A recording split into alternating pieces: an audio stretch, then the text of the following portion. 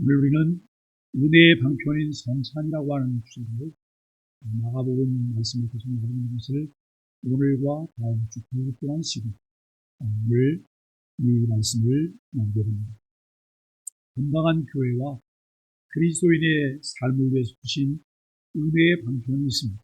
그것은 말씀과 기도, 성례라고 하는 것입니다. 오늘은 교회에게 주신 은혜의 방편 중에 성례, 성찬 부분의 비중을 두고 말씀을 묵상하면서 성찬의 의미와 성찬의 은혜를 나누려고 합니다. 먼저 교회에 대한 이해를 서로 확인하며 나눌 수 있기를 바랍니다. 먼저 교회가 무엇일까요? 신약에서 교회에 해당하는 용어인 에클레시아는 헬라의 언어와 문화를 차용해서 사용이 된 것입니다. 아테네 사람들에게 이 단어는 연설을 듣는다든지 사도들은 이 단어로 자신들의 목적에 따라 의미를 부여해서 교회를 표현하는 데 사용했습니다. 무엇으로부터 부르다라고 하는 의미를 가진 합성어에서 파생되었는데 당시 헬라인들이 사용한 불러냄을 받은 무의의 뜻을 가진 교회라는 용어를 사용할 때 이 용어가 교회로 사용되기 위해서는 반드시 전제되어야 할 것이 있었습니다. 곧 교회가 무엇을 통해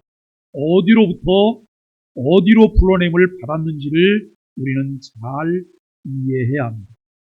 교회는 하나님의 복음의 말씀을 통해서 죄인들을 사단의 지배로부터 하나님 나라로 불러내고 모읍니다. 교회는 하나님의 통치를 받도록 부름을 받은 무리들을 말하고 있습니다. 교회는 복음을 믿고 회개하여 하나님의 자녀들이 되도록 부름받은 공동체가 교회입니다. 중세 교회가 교회로서의 역할을 제대로 하지 못하여 종교 개혁자들에 의해 교회가 교회되게 개혁이 일어났는데 그들에게 교회는 영적인 유기체이며 성도를 건강하게 세우는 제도였습니다. 첫째, 종교개혁자들은 교회를 본질적으로 영적 유기체로 보았습니다. 교회는 포도나무이신 그리스도께 믿음으로 연합된 가지들의 공동체입니다. 이들은 그리스도의 속죄의 효력을 믿음으로 받아들인 무리들로 교회를 머리로 하여 한 몸을 이루고 있다라고 하는 것입니다. 개인은 구원을 받는 동시에 그리스도를 머리로 모신 그의 몸의 한 지체들입니다. 이들은 영적으로 하나 된 몸의 지체들이며 분리될 수 없이 연합되어 있다는 겁니다. 예수 그리스도가 머리예요. 그리고 우리는 그 몸에 다 붙어있는 지체들이에요. 이게 우리 소망의 교회만 국한이 될까요? 아니에요. 우주적인 교회예요. 우주적인 교회. 각기 지상에서 지역교회가 있어요. 무슨 교회가 있지만 우리는 우주적인 교회를 하나의 교회로 보는 거예요. 그래서 여러분 이웃교회도 나와 한 몸이라고 하는 사실을 인식하고 인정합니다. 그래서 이웃교회는 우리와 경쟁 대상이 아니에요. 함께 가야 될 대상이에요. 함께 서로 사랑하고 존중하고 배려하고 이해하고 그리고 우리가 서로 돕는 것. 왜 여러분 이것을 해야 되는 거예요?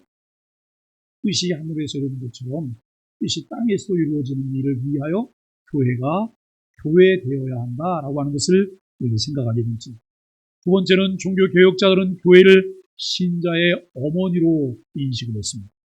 여기서 어머니는 권위적인 의미가 아니라 기능적인 의미로 사용되고 있습니다. 교회는 성경에 규정된 직분을 세우고 목양과 치료를 위한 제도를 세워서 연약한 성도들을 돌보며 복음을 전파합니다. 칼빈도 동일하게 이 부분을 인식했습니다. 첫째, 하나님께서는 구원받은 신자의 믿음을 위하여 믿음을 일으키며 목적지까지 전진시키기 위해 무지하고 태만한 자들을 도울 필요에 따라 보조수단으로서 교회를 세웠다는 겁니다. 신자의 믿음을 강화하고 신자가 하나님의 백성으로 살도록 돕기 위해서 교회가 세워졌다는 것입니다. 두 번째, 교회는 복음 전파를 위해서 세워졌습니다. 세 번째는 신앙의 거룩한 일치와 올바른 질서를 위해서 교회가 세워졌습니다. 네 번째는 육신에 속한 우리의 연약함 때문에 교회가 필요했다고 하는 것이죠. 이런 의미에서 유용교회를 세우신 목적은 복음을 전파하고 성도들을 건강하게 세워가기 위해서라고 요약할 수 있습니다. 교회가 성도들을 건강하게 세우기 위하여 조직을 갖춘 기관이라고 할 때 교회는 이렇게 조직이 됩니다. 첫째, 목사와 교사를 임명하셔서 그들의 입을 통하여 자기 백성을 가르치게 하셨고 그들에게 권위를 주셔서 이 일을 감당하도록 하셨습니다. 둘째는 성례를 제정하셔서 신앙을 강화하고 자라게 하셨습니다. 교회의 머리는 그리스도이십니다. 그런데 그리스도께서 교회를 돌보시고 다스리는 권세를 직분이라고 하는 그릇에 담으셔서 교회를 돌보십니다. 주님께서는 말씀 선포와 성례, 치리회를 통한 치리, 그리고 말씀의 근거에 덕을 세우는데 유용한 교회 질서들을 통해서 교회를 목양시키며 치리하십니다. 특히 장로교회는 이 장로교회의 장로 정치는 담임 목사를 중심으로 말씀 선포와 가르침의 순종함으로 이루어집니다. 이 모든 일들이 필요한 이유는 우리들 안에 오염된 죄성이 여전히 남아있고 가시적 교회, 즉 눈에 보이는 교회 안에는 구원받은 신앙에 이르지 못한 외식자들이 존재하기 때문이라고 하는 것이죠. 교회는 언제나 그리스도의 용서가 필요하고 하나님께서 교회를 돌보시고 통치하시기 위해 신적 권위를 행사하시는 직분과 제도가 필요합니다. 그래서 직분자들에게 주신 권위는 그런 의미에서 세속적이고 물리적인 권세가 아니라 봉사하고 섬기기 위한 영적 권세 혹은 봉사적 권세입니다. 교회의 제도와 교회의 정치의 본질은 교회가 머리시라는 데 있으며 말씀과 그리스도의 뜻을 따라 질서 안에서 돌보고 치리함으로써 말씀과 성례, 곧 교회의 표지라고 할 수 있는 율법과 복음, 이 말씀이 올바르고 그리고 올바르게 시행되는 성례, 치리회를 통해 이루어지는 권징에 복종하는 고백이라고 하는 것이죠. 이를 통해 죄로부터 성도들을 지키며 교회의 거룩을 지키는 데 있습니다. 교회가 성도를 그리스도의 장성한 분량에까지 자라게 하는 일은 얼마나 중요한지 모릅니다. 그럼 아이가 태어나면 모든 사람에게 기쁨이에요. 그죠? 누가 그런 얘기를 해요. 옛날에는 왜 그렇게 아들의 집사가 됐는지 몰라. 아들보다 딸이 훨씬 좋은데 왜 이렇게 아들의 집사가 됐는지 모른다고. 옛날에는 여러분 아들 손에 세상이 있었잖아요. 남아 손에 세상. 근데 지금 보니까 남자보다는 여자들이 훨씬 가정에 더 유익하다는 생각들을 해요. 이게 언제 뒤집힐지는 모르겠지만 그런 거예요. 그런데 남자가 태어났던 여자가 태어났던 아이가 태어났다고 하는 것은 기쁨입니다. 특히 요즘처럼 인구가 감소하는 이 시대에는 자녀를 낳는다고 하는 것이 얼마나 큰 기쁨인지 모릅니다. 이 연세드신 권사님들 뉴스에서도 이런 얘기입니다. 우리 인구가 자꾸 준다는데 우리도 아이 하나 낳을까? 그래요. 나실 수 있으면 한번 낳아보세요. 나실 수, 이 70대, 80대 되신 분들이 이런 이야기를 하고 계세요. 그만큼 지금 우리가 인구 감소 문제가 심각한 문제라고 하는 것을 우리는 생각하게 됩니다. 그런데 아이가 태어난 기쁨이 있어요. 그런데 이 아이가 태어났으면 그 다음에는 잘 자라야 되잖아요. 잘 성장해 가야 되는 거예요. 성장하는 것을 통해서 부모는 또 다른 기쁨을 누리게 돼요. 부모는 자녀가 잘 성장하게 하도록 하기 위해서 여러분 온갖 심혈을 기울여서 자녀들을 돌보고 키워내는 것을 우리는 알게 돼요. 여러분 교회도 교우들이 그리스도의 장성한 분량에까지 자라게 하는 것, 이것이 교회의 중요한 역할 중에 하나예요. 그리스도께서 성경을 통해 명령하시고 자비로 베푸신 이 원리와 수단과 질서를 통해서 성도를 건강하게 세워가는 것이죠. 두 번째는 은혜 언약의 표지로서의 성례입니다. 성례는 언약의 표로 예수 그리스도께서 우리를 위한 대속물이 되어 믿는 자를 구원하신다는 언약의 내용과 긴밀한 관계를 갖습니다. 성례는 이러한 언약을 이루시는 하나님의 선하신 뜻을 담고 있습니다. 예수님께서 하나님의 뜻에 온전히 순종하며 십자가에서 이루신 복음의 약속을 가리키는 표입니다. 성례가 제정된 목적과 그 역할은 복음의 약속의 말씀과 더불어 인간의 감각을 통해서 첫째, 보고 느끼는 형태로 이해시키는 것, 둘째, 느끼는 형태로 확인하고 인치기 위한 것. 여러분, 우리 개혁주의교회가 성례라고 말할 때 성례는 누가 성례예요? 성례는 누가 정했어요? 세례와 성찬. 세례와 성찬을 개혁교회에서는 성례라고 말하고 있습니다. 성례에 있어서 중요한 것은 말씀으로 약속하신 것을 믿음으로 받아들이며 이해하고 확인하며 그 은혜를 누리는 것입니다. 구약에 많은 언약의 표들이 다양하게 있지만 할례와 유월절을 공적이고 대표적인 언약의 표지로 가르쳐주고 있습니다. 신약에서는 구약의 할례와 유월절이 세례와 성찬으로 바뀌었기 때문에 신약교회는 할례를 행하거나 더 이상 유월절을 지키지 않습니다. 예수님께서 오셔서 옛 언약이 새 언약으로 성취됨에 따라 바뀌었지만 본질은 동일하다는 거예요. 이제 신약교회에서에는 주께서 명령하신 단 두 가지 성례만 있는데 그것은 세례와 성찬입니다. 왜 성례와 같은 가시적인 표가 필요할까요? 성례가 필요한 이유를 간단하게 설명하면 성도들의 믿음이 연약하기 때문입니다. 성례는 말씀을 확인하는 것이 아니라 우리가 가진 믿음을 확립하는 것입니다. 성례와 말씀과의 관계에서 성례는 말씀이 아니라 말씀을 가리키는 표일 뿐입니다. 그렇기 때문에 말씀은 성례가 없어도 말씀 그 자체로 온전합니다. 그러나 성례는 말씀 없이는 무의미한 것이죠. 인간이 가진 믿음은 연약하여서 하나님이 정하신 성례라고 하는 수단을 통하여 신앙적 유익을 얻게 되면 신앙이 견고해져. 즉 성례는 말씀과 기도처럼 은혜의 방편으로 연약한 믿음을 도와주고 강화시켜주는 역할을 하게 된다라고 하는 것입니다. 성례는 반드시 말씀과 함께 행해야 합니다. 세례는 단 한 차례로 영원한 효력이 있지만 성찬은 성도들의 신앙 강화와 그리스도와의 연합, 성도 간의 유기적 연합과 사랑을 위하여 자주 시행하게 됩니다. 성찬은 교제의 표이기 때문에 지속적이고 반복적으로 시행하며 믿음으로 성찬에 참여하게 되는 것이죠. 그건 첫 번째로 성찬의 의미입니다. 성찬은 무엇인가를 나타내기 위한 표인데 그리스도 안에서 주어진 구원의 실체를 늘 가리키고 있습니다. 그 구원의 실체는 성경에 기록되어 계시되었고 믿음으로 획득할 수 있으며 성례는 이것을 통해 믿음을 강화시키는 역할을 하게 되는 것이죠. 성찬은 띄어서 먹는 떡과 부어서 마시는 잔입니다. 이것은 찢겨진 그리스도의 살과 흘리신 피를 나타냅니다.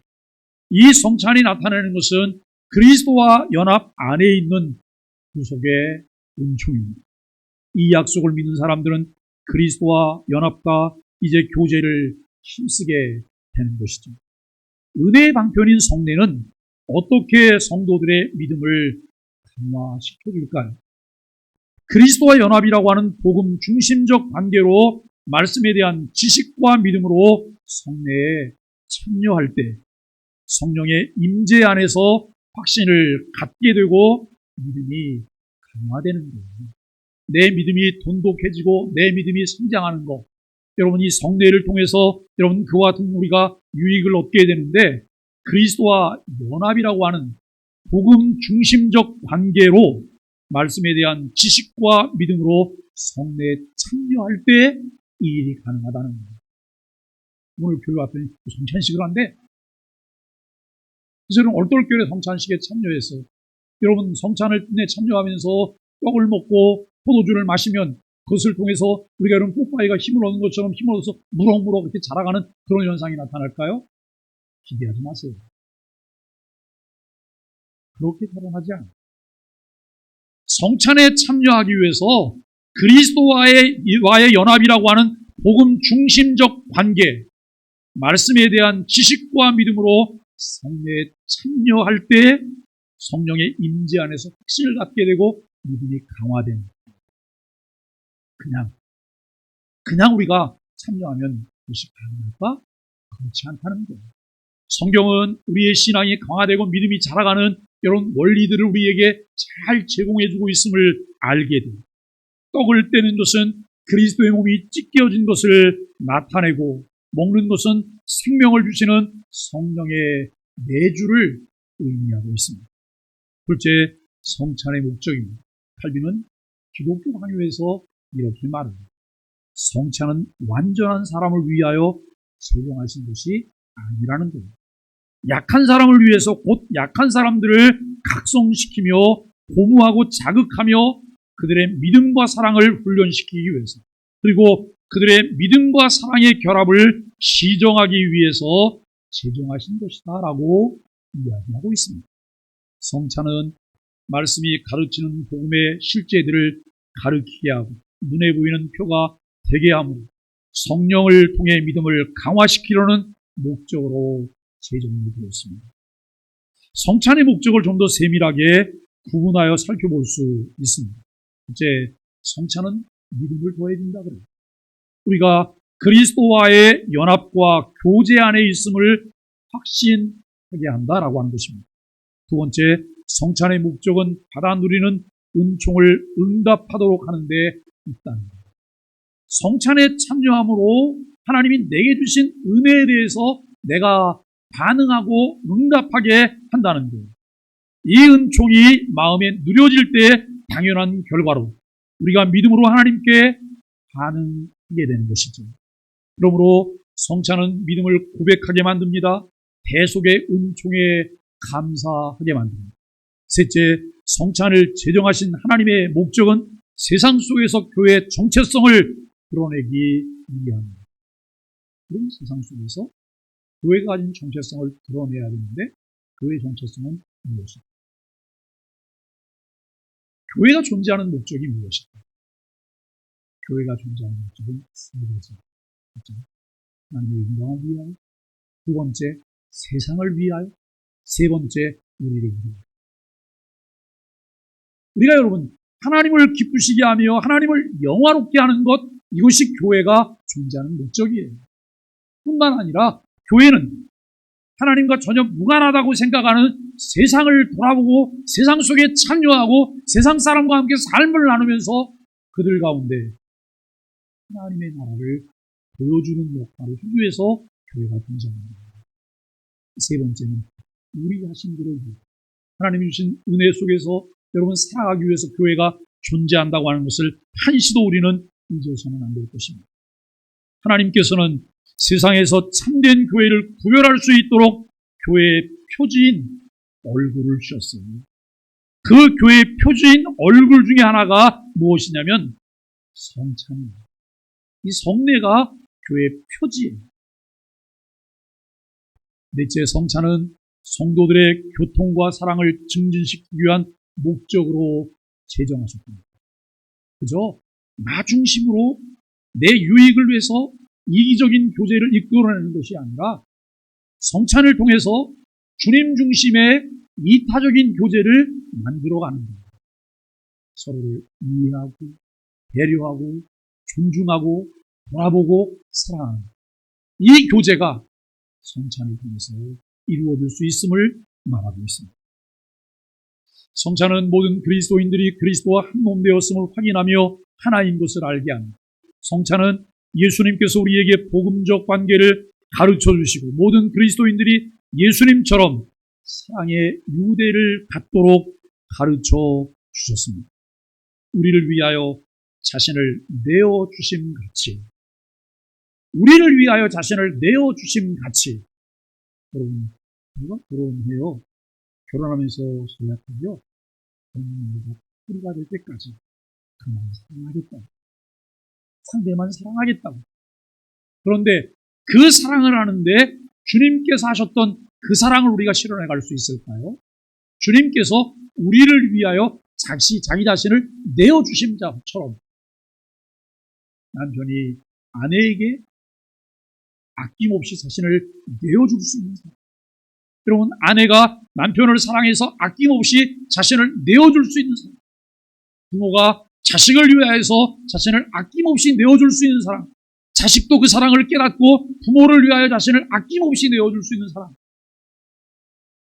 여러분, 교회가 예수 그리스도의 사랑을 깨닫고 우리와 전혀 무관한 것처럼 보이는 세상의 다른 사람들에게 나 자신을 아낌없이 내어주는 사랑을 하는 것을 성경은 우리에게 명령하고 있습니다.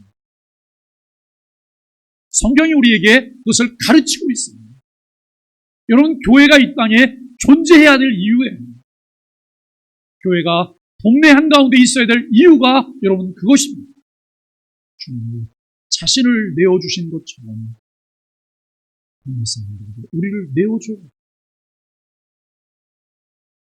그랬더니 놀랐습니다. 목사님, 바보 같은 손해자.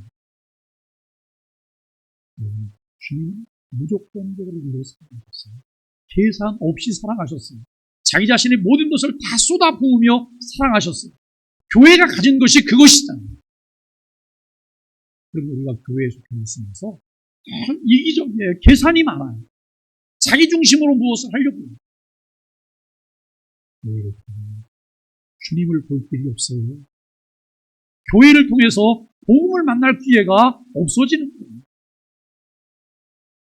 성찬은 그리스도와 영적 유기체임을 확인시켜준과 동시에 우리가 하나인 공동체라고 하는 의미를 담고 있습니다. 성찬에 있어서 그리스도의 임재 방식에 대한 다양한 견해가 있습니다. 천주교회는 화채설을 말해요. 루터교회는 공제설을 말하고 쭈빙글리는 기념설을 말해요. 그리고 우리 개혁교회는 영적 임재설을 이야기해요. 떡은 떡이고 포도주는 포도주예요. 이것은 실제의 피와 몸이 아닌 표입니다. 이 표는 믿음을 가르치는 역할이에요.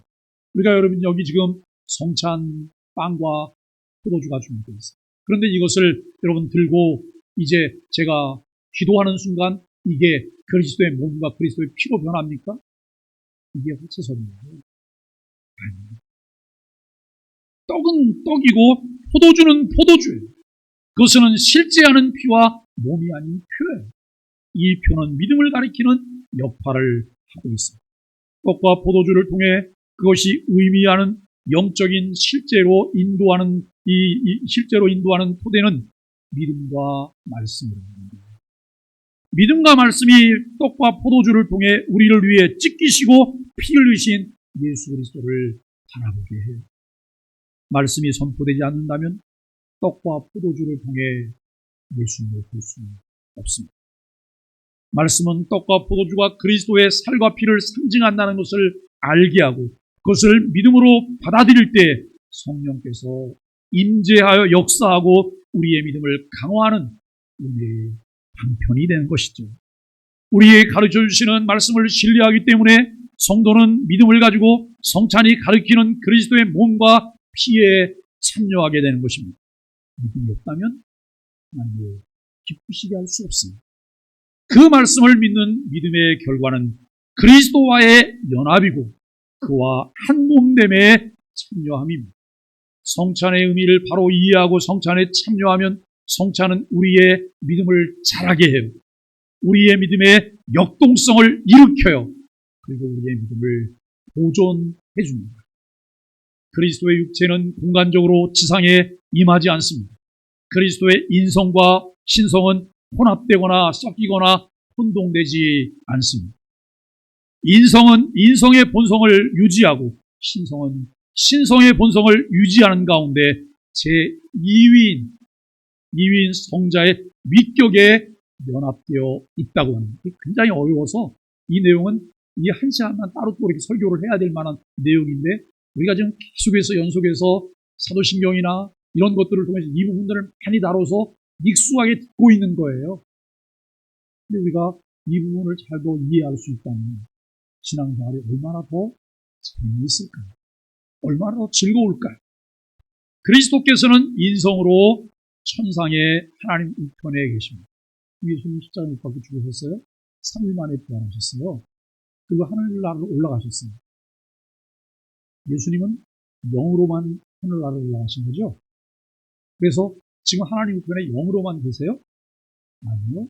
인성과 신성이 하나님 우편에 계시다는 사실을 우리는 믿어야 합니다. 여러분, 그의 신성과 영광과 능력은 온 우주에 가득하나 그분은 육체적으로는 제약을 받으세요. 왜냐하면 공간에 제약을 받지 않는 순간 그것은 인성이 아니기 때문입니다. 그렇기 때문에 이 그리스도의 육체는 지상에 존재하지 못합니다. 그리스도의 몸이 떡의 본질로 변하거나 떡의 본질과 함께 떡 안에 존재할 수 없다는 거예요. 천상에 계신 그리스도의 육체는 공간적으로 제약을 받아서 지상에 내려오실 수 없지만 성령을 통해 성도들은 그리스도의 육체에 연합됩니다. 공간적으로 서로 떨어져 있는 것을 성령께서 결합하신다고 하는 신비스러움입니다. 우리는 성령을 통해 그리스도와 연합해 그분의 살과 피, 곧 영의 양식과 양분을 공급받습니다. 성찬은 단지 상징이 아닙니다. 상징의 역할은 실제를 보게 하는 것입니다. 그리고 성령이라는 연합의 띠를 통해 성찬이 가리키는 실제에 성도가 참여합니다. 말씀이 선포되고 하나님의 약속에 대한 믿음을 가진 성도가 성찬에 참여할 때 표들에 따라 그리스도께서 우리에게 보여집니다. 성령께서 믿음으로 성찬에 참여하는 성도들이 그리스도와 그에게 속한 신령한 복들에 참여하게 하시는 연결의 줄, 연합의 띠, 통로 역할을 하십니다. 오히려 성도들의 영혼이 그리스도와의 연합의 띠요 은혜의 통로인 성령으로 하늘에 계신 그리스도의 몸으로 들어올려져 그분께 참여하고 연합합니다. 그러므로 성찬시 성도들은 믿음으로 표가 가리키는 실제 그리스도를 소유합니다. 우리는 파채설이나 임재설 그리고 기념설이 아니라 영적 임재설을 믿고 고백합니다. 사랑하는 소망의 가족 여러분, 이제 말씀을 마칩니다. 누가 성찬에 참여할 수 있을까요? 첫째, 자신이 죄인이라는 사실을 알지 못하는 사람은 성찬에 참여할 자격이 없습니다. 내가 세례를 받았을지라도 내가 죄인이라는 사실을 여러분 알지 못하는 사람은 성찬에 참여할 수 없습니다. 우리가 여러분 여행 중이거나 혹시 어떤 일로 인해서 타교회 교인들이 여러분 예배에 참석했는데 그날 성찬식입니다. 그런데 그분이 세례 교인이세요. 자신이 죄인인 것을 여러분들 인식하고 살아요. 이분이 성찬에 참여할 자격이 있을까요? 없을까요? 당연히 있습니다. 제가 아까도 말씀드렸지만 여러분 지상교회는 지역교회로서 교회가 구분이 돼요. 그러나 우주적인 교회는 하나의 교회예요. 예수 그리스도를 머리로 하고 있는 여러분 그의 몸의 지체로서 우리가 하나라고 하는 사실입니다. 둘째는 성찬에 참여하면서 성찬이 가리키는 그리스도와 그의 복음을 알지 못하고 신뢰하지 않는 사람들도 성찬에 합당치 않답니다. 이렇게 보면 우리가 성찬에 참여하면 정말 많이 됩니다. 내가 이 부분을 잘 이해하고 깨닫고 정말 간절한 마음으로 성찬에 참여하고 있을까? 이렇게 질문해 볼 때 아닌 경우가 너무나 많죠. 누가 그런 얘기를 하던데요? 교회가 그 예배 전에 찬양하는 목마른 사슴이 신의 물을 찾기에 갈급하듯이 찬양을 정말 간절하게 모두가 하고 있어요. 근데 여러분 이미 시작되고 한참 지났는데 어떤 사람이 헐레벌떡 들어오면서 그런 목마른 사슴이 신의 물을 찾기에 갈급하듯이 그 찬양을 하면서 들어와요. 근데 누가 여러분 그것을 보면서 이런 생각이 들었어요. 눈만 해서는 시냇물을 저렇게 가득한 사람이 어떻게 예배 시간을 지각을 해? 이거 모순이잖아요. 과연 나는 하나님께서 주신 그 구속의 은총에 따라서 정말 감사하면서 하나님께 예배하고 있나? 이 성찬에 참여하고 있나? 이런 부분들을 우리는 돌아봐야 될 것입니다. 셋째는 이처럼 성찬이 가르치는 실제에 대한 믿음과 사모함 없이 그저 물질적인 떡과 포도주를 의미 없이 먹고 마실 때 성찬을 가르치는 실제이신 예수 그리스도를 모독하게 된다는 것. 성찬에 참여하기 위해서 완전한 자가 되라는 의미인가요? 그렇지 않아요. 하나님께서 성찬을 제정하신 이유는 우리가 완전하기 때문이 아니라 우리가 연약하고 죄에 쉽게 흔들리고 넘어지기 때문입니다. 우리들은 허물과 죄로 인해 영원히 죽었던 자들인데 구원하여 주시고 점진적 성화의 삶으로 예수 그리스도의 인격과 사역을 본받게 하심을 감사해야 합니다. 성찬을 통해 우리의 연약함을 도우시고 믿음을 강화하게 하십니다. 그리스도께서 자신을 내어주시며 사랑하심과 같이 사랑을 본받아 서로 사랑하게 하십니다. 이 은혜를 깨닫고 감사하며 성찬에 참여합시다. 성찬에 참여하며 이제 교회만 다니는 종교인이 아니라 예수 그리스도와 연합한 교회가 되어서 놀라운 구속의 사랑을 주님 오실 때까지 가족, 친지, 이웃들에게 힘써 전할 것을 다짐하고 실천하는 수많은 교회 되시기를 예수 그리스도의 이름으로 간절히 축복합니다.